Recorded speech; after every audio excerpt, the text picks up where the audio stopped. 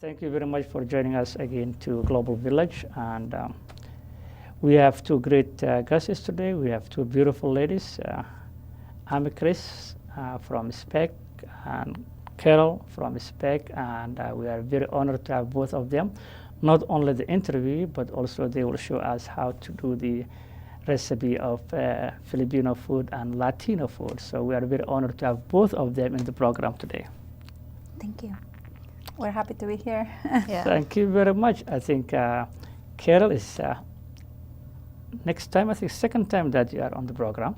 Yeah, you were before. It is, yes. And Chris is first time. So usually we don't ask a tough question the first time when you are on the program. We just keep that on the second time. Okay. Yeah. So tell us about Philippines a little bit in general, in the Philippines in terms of population-wise and what the country is looks like. Okay, so Philippines is a country in Asia, and it's a little bit more populated, and it has 1,107 islands, and it has each island speak a different dialect, but we have one national language which helps us understand each other. Mm-hmm. Yeah. And that is Tagalog. That is Filipino in Okay. Tagalog dialect. Oh, okay, that's Filipino and then Tagalog dialect, which everybody understands each other. Yeah, Right. that's how we understand each other when we speak our national language. Okay, and of course English. Yeah. Yeah. Yes, English is our second language actually in the Philippines. We speak our dialect in whatever area in our country, but in school we were taught to speak the English language from kindergarten up to university. So that's why you notice that almost all Filipinos can speak the language, as it is our second language back home. Oh, that's neat. Thank you. And Carol, I think you discussed some time back about specs. So I'm not sure if that time we talk about Peru. No, we didn't. Okay, you want to just touch base with that? Yeah, sure. Peru is a country that is located South America. It's a small country, but it have almost the population that you have here in Canada. Yeah. Almost 31 million people living there. And we have 24 different regions. And we actually, because of the Andes, we have our country divided by 3 different regions. That will be the coast, the highland, and the jungle. I actually come from Piura, which is one city in the coast. And our language, our official language is Spanish, but we have like our dialect, which is Quechua and Aymara. When we go to school, we used to learn 3 different phrases from Quechua, which is Amasuya, Amayeya, Amakeya, which means don't lie, don't be lazy, and don't steal. That's what we learn when we're at the school. That's very good. And so our country is basically a really warm country and in the coast, and it's kind of cold in the, I would say in the highland, and jungle is basically very rainy. So yeah, it's a nice country. There is a lot of places to visit, and we have Machu Picchu, which is one of the wonders in the world right now. So a lot of people used to go to Peru to visit Machu Picchu. That's very good. And you have a Spanish is the common language. Yeah, Spanish is the official language. The yes. official language for everybody. Am I wrong? Probably I could be wrong. I'm not sure, but I thought there are a lot of also Japanese, and there was a president of Peru some time back was a Japanese heritage. Yeah. Fujimori. Fujimori. Okay. Fujimori, yeah. Fujimori, okay. He was the president before, and yes, we do have a lot of people actually coming from different backgrounds. Okay. In Peru, we have a lot of Chinese, and we have a lot of African people too, Okay. who is living in Peru. That's what one of our music is actually very much alike to the African dance. There you go. And so it's just, we call the black dance, like people that dance is very pretty. That's what I love to see African people dancing. There you go. So is Because it the same as the Brazilian dance of that, what do you call, merengue or salsa? Oh, okay, or, salsa. And no, it's a different one actually. It's very similar to the African dance, like where you move your hips all the time and you're really, very, very flexible.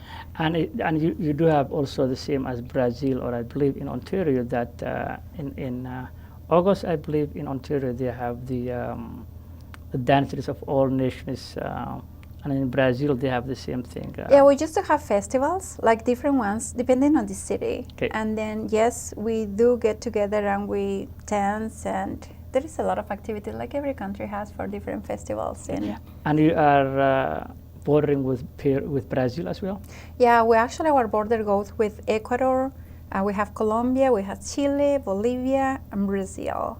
So those are our limits. Borders. And then, yeah, so being really close to each other. Okay. And almost all the countries in South America, we all speak Spanish, but Brazil, Yeah. we speak Portuguese. Yeah. There you go. And it's, I think, one of the huge nations in the area. Yeah, it's In the bigger Brazil. one, I would say. Yeah, yeah. So in the Philippines, there is a bordering with any nation, or they are all islands? We're all islands, and we're surrounded by oceans. So Pacific Ocean is one of them, and it's a warm ocean. That's why Philippines is a coastal. Philippines is warm country, Yeah. and mostly we're having coastal areas there. We have fine beaches with white sand, and that's one of the tourist destinations too. Oh, that's great. So coming back also the dish we might have today. So what is going to be the favorite dish in the Philippines? What is the favorite dish that in the Philippines? I know different areas, but what is the common that, for example, in most of the areas they have samosa, for example, Yeah. in Middle East and some of African nations. Yes, in the Philippines, the most popular is adobo. So adobo is a Filipino cuisine that is unique, and it represents our culture as well. So when you say adobo, Filipinos identified with that cuisine, and it's a meat with all the spices. So we have those spices that are coming from the Philippines. So we have the soy sauce, the vinegar, and it's mixed with the salt and pepper, and the unique taste of that makes it like only in the Philippines that you can find that adobo, which even other nationalities, even Canadian, wants to try them. Wow. So when they ask somebody if they are invited in a Filipino household, they will always ask, "So you have adobo?" Yeah, they Oh. always expect that. So is like the Filipino language, or that is in English, adobo? Adobo is purely a Filipino language. Oh, okay. Okay, so adobo. Okay, that's very good. So next time when I see someone in their Someone house, I USA. will ask for adobo then. Yeah. Now that one of the singers that I have known through his songs was Fred Aguilar. Freddie Okay. Aguilar, I think, that had a song, "The Child," was a big hit back in those days. I think he had a song called "The Child" or "Anak," I think in Filipino, yeah. So yeah, Freddie Aguilar is an artist that is very popular, especially in his period. Lots of people. He is popular with that song that you Yeah. said, Yeah. Anak, Yeah. and he has more albums too. He is more of an artist that loves to promote the Filipino culture. He is not into pop, but he is more into those traditional songs. Good. Yeah. Yeah, and I think they translated that song into many languages. And like the child, the importance of the parents for their child, or something like that. Yeah, I think yeah. they translated in many language. But coming back also to Peru, so what's the common? So if you go to Peru, like everybody will talk about ceviche. You know, Ceviche. like just marinate fish. Mhm. So we marinate it with really lime or lemon, and then we also use a lot of spice like ají, which is pepper, and so you won't be at Peru without eating ceviche, like Wow. everywhere. And even in the coast, just because we have the fresh fish, you know, coming from the beach and everything, is just amazing because you have a variety. Like here in Canada, we can use basa for ceviche, but there, I mean, you have quite a few different fishes that you can use for ceviche, and it's very tasty. It's like delicious, and everybody who will go to Peru will always ask for ceviche. And you would identify, like when we have tourists, they say, okay, where we can go to eat ceviche, you know, like it's just a great opportunity for tourists to taste it in different restaurants. So is it more to the fishing sector than in Peru? Well, we have a lot of depending. We have a lot of agriculture. We do have fishing, like in my area, because we live close to the ocean, right? But I would say that even Pura is basically well known by agriculture, by fishing, and also for the mines that we have there. But that fish is popular with tourists. Everybody else. Okay. That's common for Peru. Yeah, there are different dishes, but ceviche will be the one that will identify. Like you wouldn't say Peru, you wouldn't be at Peru without eating ceviche. Ceviche. Yeah. Oh, that's maybe then that's something that we should be asking Carol to cook for us one time. I tried it. Yeah, we actually I had that for the Taste of Nation the 2 previous years. So so is it any fish with lemon? We'll use basa here because it's only one available, basa, and I guess it's the best for the purpose of for the test. Yes. Yeah, so it's a fish and lemon. Yeah. No, that's I think, and that's something that probably will be looking for. And a lot of spicy, like if you use, spicy. Spicy, like if you have like a pepper, like a really, you can use the jalapenos or some of the Mexican we use here because those are the ones that we have available. Yeah. But in Peru we have different kinds, but they're at the end of the day they're always the same. So hot sauce. Yeah. Oh. That's very good. They have to be really spicy. Like if you want to, it's a good ceviche, it has to be spicy. Well, that's and then you can drink your beer. There you go. No, not me, but tourists will drink the beer. Yeah, but it's very similar to the Indians hot and Pakistanis. I think they have very hot dishes. Yeah, we use a lot of hot sauce. Yeah. Oh, so that's a common then. Yeah, it's very common in Peru. No, I think it's Peru is small, but I think compared to most of other nations within South and Central America, I think it's a fair size. Yeah. There are smaller nations there than Peru. Yeah. Right? There are smaller nations than Peru in South and Central America. Yeah. So Peru is a fair size nation, not compared to Brazil or Argentina Argentina is just long, like Chile. Argentina and Chile is the longest one, but not the biggest. The biggest is Brazil. Okay, but Argentina and Chile also are big nations within the South America. So Brazil is the only nation speaks Portuguese. Yeah. That's the whole continent. Oh no, I'm talking about South America. South and Central. South America and Central America, because we do have like Honduras, El Salvador, Mexico. They all speak Spanish, right? That's Central America. Oh, okay, so Spanish is the common language within. We say Latinos, right? Starting from Central America down to South America.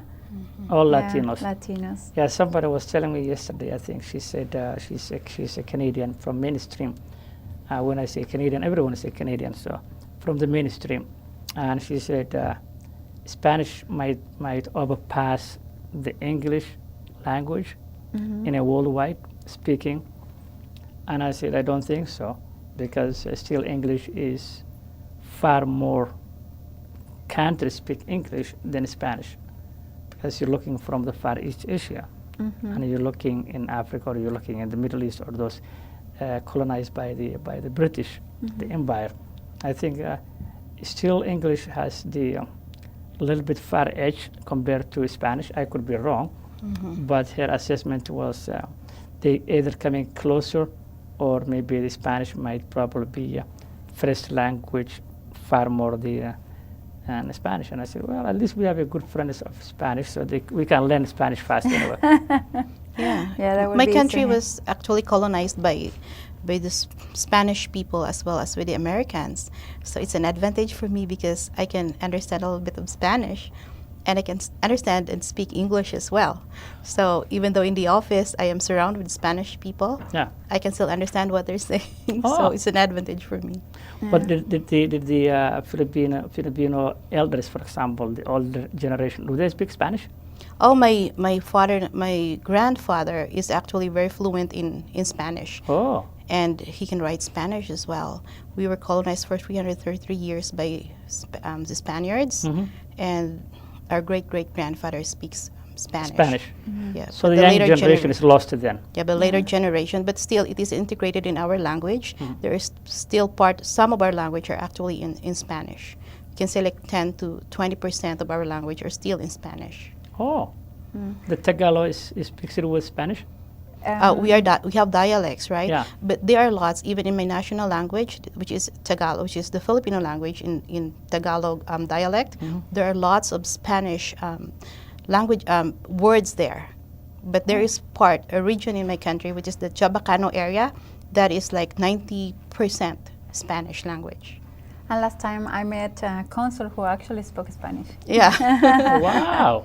Yeah. Wow. Yeah, That's that was nice. very good. I think the Muslim province, what you call The Mindanao area. the Mindanao, they speak my Tagalog, right? They're mixed as well. So Okay. some of them speak in Mindanao area. Some people speak Hiligaynon there, Yeah. and other is Cebuano speaking. So they're actually mixed because, as I've said before, each island It's they have their own different. dialect. Okay. So No, I think that's well said. If Spanish becomes the first language in the world, then we have Carol. Yeah. She will teach us. Interpret for us. So no worries. You will learn it. No worries. Yeah, we she can have interpret for us. we have Carol, so good friend. So she will teach us the Spanish language, and that might be advantage. So, but thank you very much for both of you coming. And, Thank you very much Thank you. for letting us be here. yeah, and Specs is doing a great job. So that's one of the first, I think, organization in Brooks area since 1978, I believe. Right. So thank you very much for coming. I'm Chris, and I hope we will have you next time, and we'll keep Sure. the tough questions next time. Okay. Thanks, Carl, as Thank you. always, for coming very again, much. and we are very honored to have both of you. Thank you. This is the end of program of Global Village. This is your host, Ahmed Kassem. This is where the East meets with the West, and we appreciate and we are thankful to the Brooks, City of Brooks, Medicine College, and County of New York for supporting this program. Until then, God bless you and keep hope alive.